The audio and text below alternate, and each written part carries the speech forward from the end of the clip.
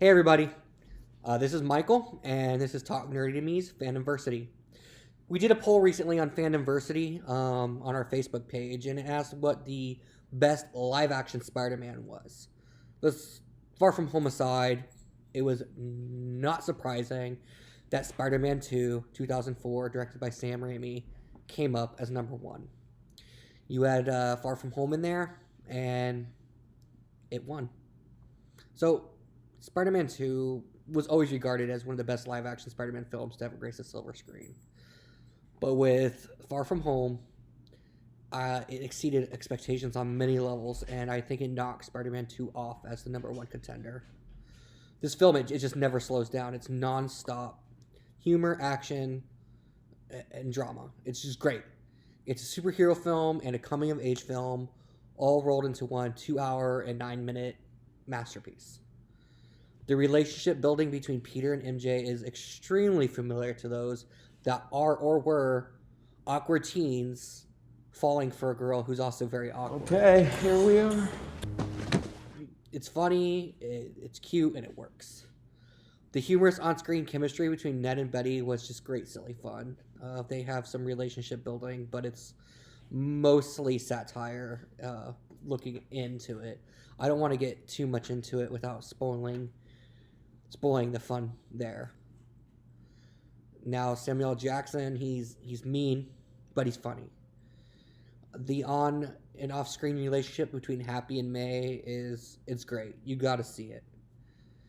And Agent Hill doesn't really have too much going on in the film, but there's a nice surprise for her at the end. Peter makes tons of mistakes throughout the film, and he has to struggle between being a teen, chasing his heart, and being a superhero. An international, well at this point intergalactic, but for the purpose of the film, international superhero. He can no longer just be the neighborhood-friendly Spider-Man. There's a line, and it's not going to spoil anything in the movie, where he just says, are there any neighborhood questions? Because they're asking, are you the head of the Avengers? Big questions. And he wants to be a small guy, neighborhood-friendly Spider-Man, be able to go after the woman he loves, be able to go on a vacation, be able to have some fun. But the world has changed, and he has a responsibility.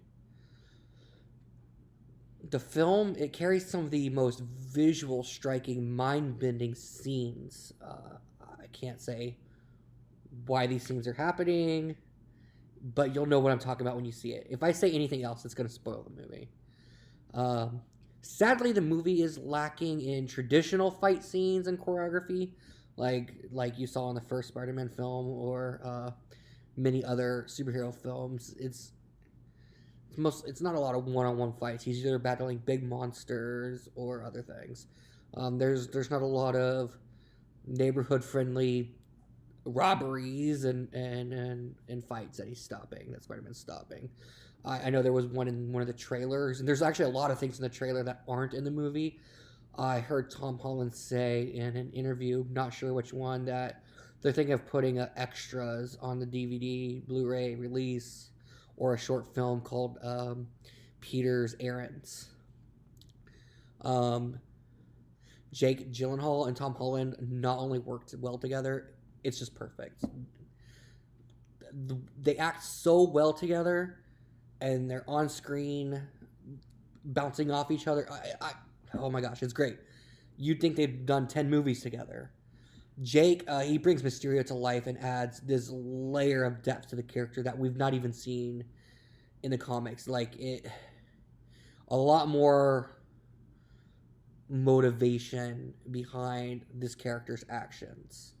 A lot more depth to him. He's not... I can't get too much into it again. If you have not already checked it out, you got to. I mean, it's been in theaters since the 2nd of July.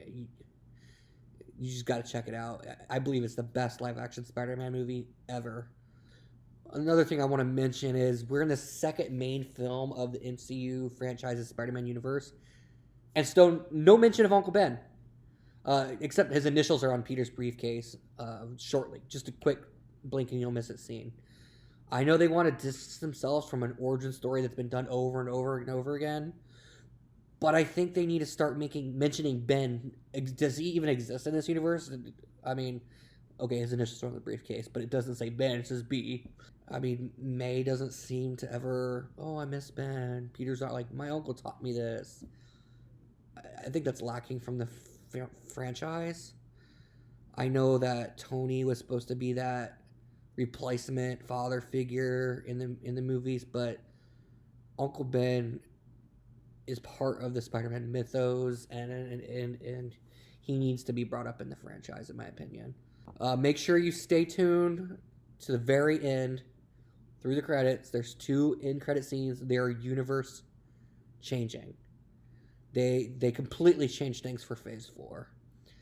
Well, thanks for watching. Again, I'm Michael. Please join us on Facebook at facebook.com/groups/FANDOMversity TNTM. I'm Michael, and this is FANDOMversity. Thanks for watching. I hope you enjoyed. Join one of our team members, Charlie, as he explores the Hawaiian Islands in his YouTube channel, Homemade Adventures. The link to that YouTube is in the description below.